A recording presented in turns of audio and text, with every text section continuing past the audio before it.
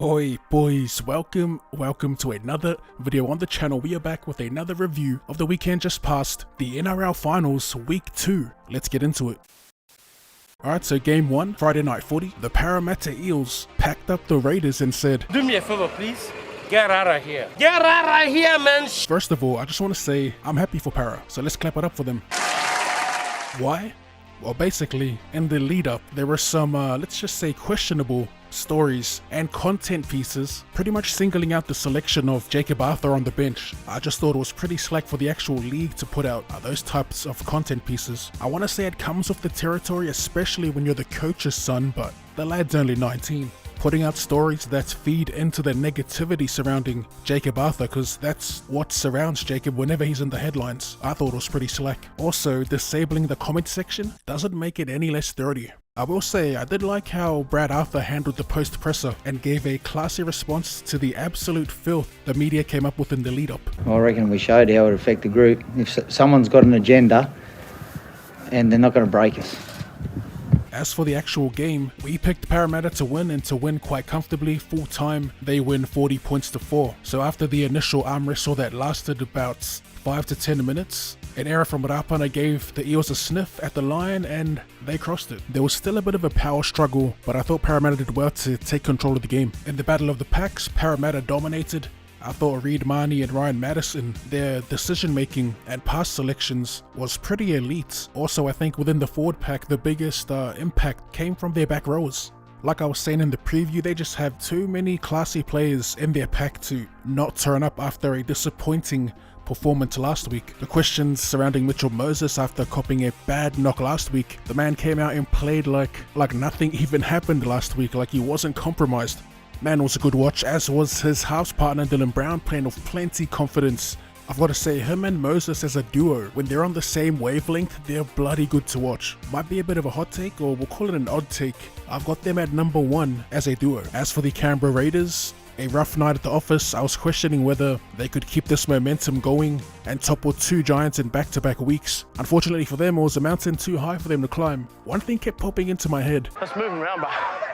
The offloads, the second phase play, the utilization of their back row, at least from a layman's perspective, because I don't know Itche. It looked like it took a toll on the Canberra pack. I think it pretty much made their attack ineffective, so they couldn't bash their way through the middle, as they have been doing on this little run that they've been on, often trying to go around the Parramatta pack. But I think with their attack in general, and this is no knock to Corey Horsburgh, he actually, without looking at the stats or anything, from what I remember, I do think that Horsburgh had a good game. But Adam Elliott's absence was definitely noticeable. A bit of a rough way to bow out of the competition, but don't get it twisted. Their supporters should be proud of the effort they put in these last couple of months. They just got outgunned and outmaneuvered.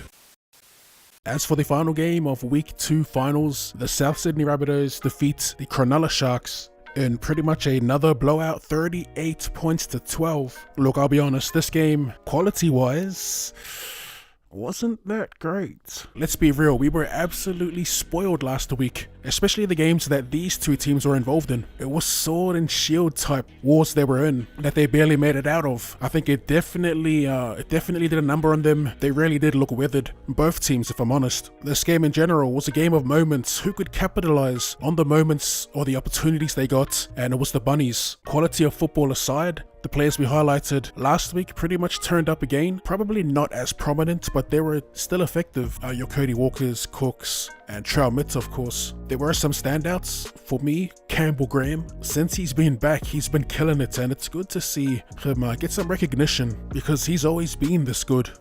To me at least. The young halfback, Lachlan Ilias, had some really good touches, had some bad moments too, but overall, he did way more good than bad. The Rabbitohs, in general, they're such an intriguing team. I don't really want to talk about how I think they'll go against Penrith. I'll save that for the preview. So we'll talk about the Sharkies. What a run in 2022 for the Cronulla Sharks. Much like the Raiders, it's a really crappy way to bow out of the competition, but they have nothing to be ashamed of. I did tip them to win this game.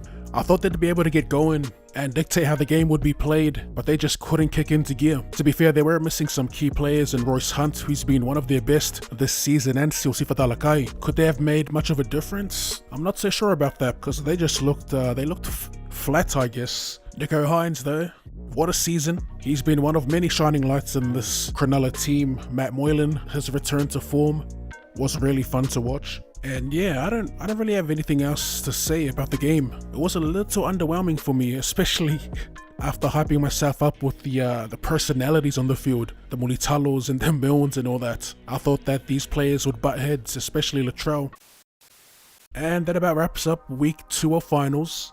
Only 4 teams remain. We have the North Queensland Cowboys taking on the Parramatta Eels, and you have the grand final rematch, the Penrith Panthers taking on the unpredictable, unorthodox South Sydney Rabbitohs. We'll be back to chat about the week ahead once they drop the team lists. But for now, if you enjoyed that and would like to see more Rugby League related content, be sure to straight that like button and sub to the channel if you're new. Thanks for tuning in, and I'll see you